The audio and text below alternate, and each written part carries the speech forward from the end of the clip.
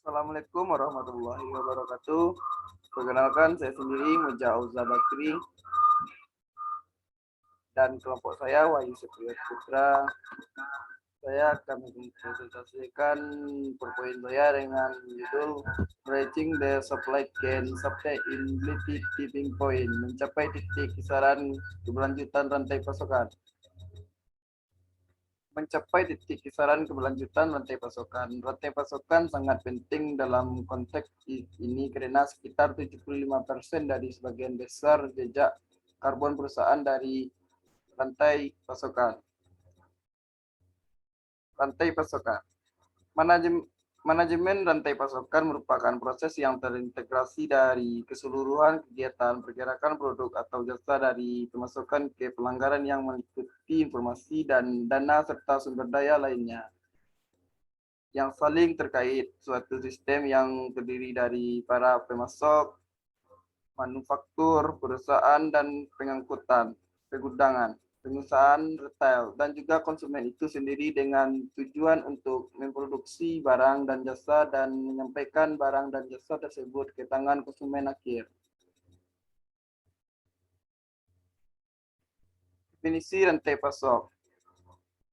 Corp 2013 menyatakan rantai pasok terdiri dari semua pihak yang terlibat baik secara langsung maupun tidak langsung dalam memenuhi kebutuhan dari konsumen. Rantai pasok itu tidak hanya meliputi manufaktur dan para pemasok, tetapi juga meliputi perusahaan pengangkutan, pegudangan, perusahaan retail, dan juga konsumen itu sendiri. Dalam setiap organisasi tersebut, seperti di dalam keinginan dari konsumen, fungsi-fungsi ini antara lain pengembangan produk baru, pemasaran, operasi, distribusi, keuangan, dan pelayanan konsumen. Levy 2009 menyatakan rantai pasok adalah sistem dari pemasok, manufaktur, transportasi, distributor, dan vendor yang eksis untuk mentransformasikan bahan mentah menjadi produk jadi bagian dari rantai pasok yang berada setelah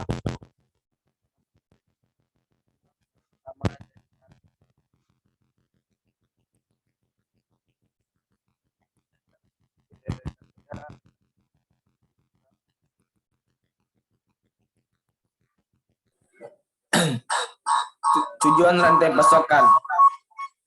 Tujuan adanya sistem rantai pasok adalah memaksimalkan akumulasi nilai dan profit yang diciptakan oleh setiap komponen dalam rantai pasok, yaitu nilai tambah yang diciptakan oleh supplier kepada manufaktur, manufaktur kepada distributor, dan distributor kepada konsumen.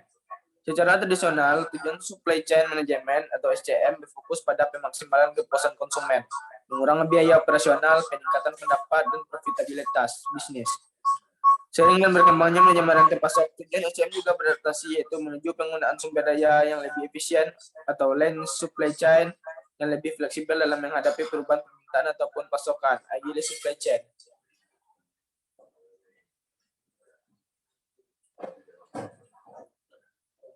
Satu, jenis-jenis rantai pasokan. Satu, upstream supply chain.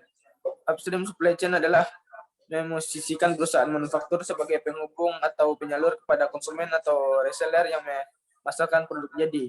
Proses pengadaan produk perusahaan merupakan aktivitas utama di bagian upstream ini.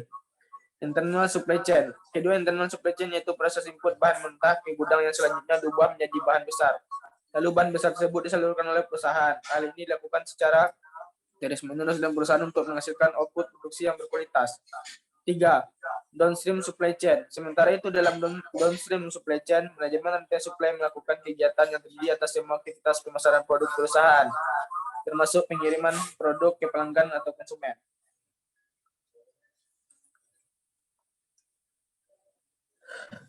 Dari link nomor 41 dalam bentuk bahasa Indonesia, sejak tahun 1990-an saya telah menulis tentang keberlanjutan gap dan trade dan jejak karbon terutama di bidang logistik dan rantai pasokan karena disitulah saya tinggal.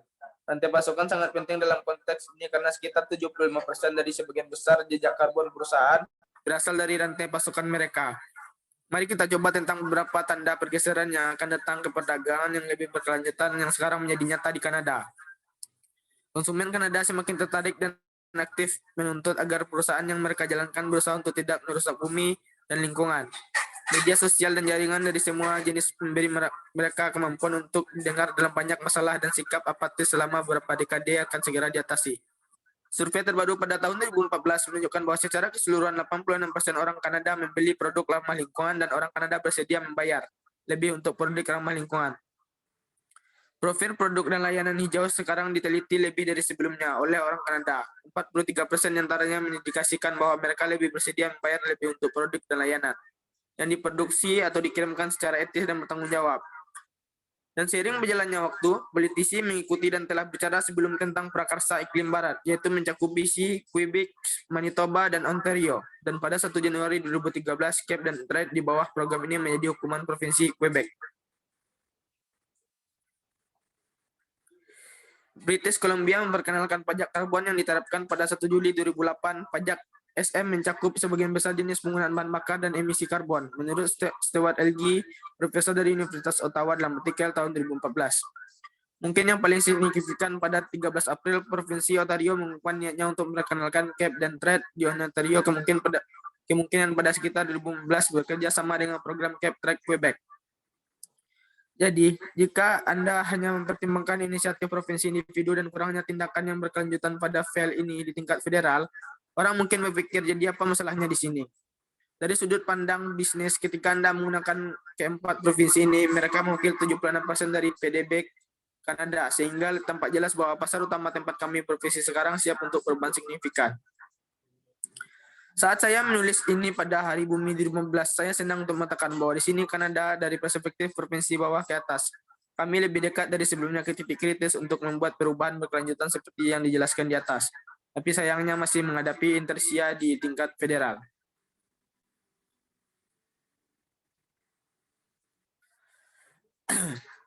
Namun yang paling memperhatikan pada saat sama kita juga berada di ambang titik kritis lain untuk membuat perubahan yang diperlukan guna menghentikan siklus perubahan iklim yang segera tidak dapat diubah dan dipercepat.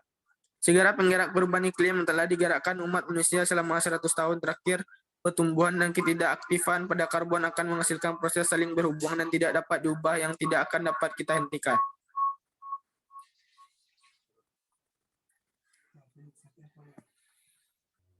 Nah, itulah presentasi dari kelompok kami. Terima kasih. Assalamualaikum warahmatullahi wabarakatuh.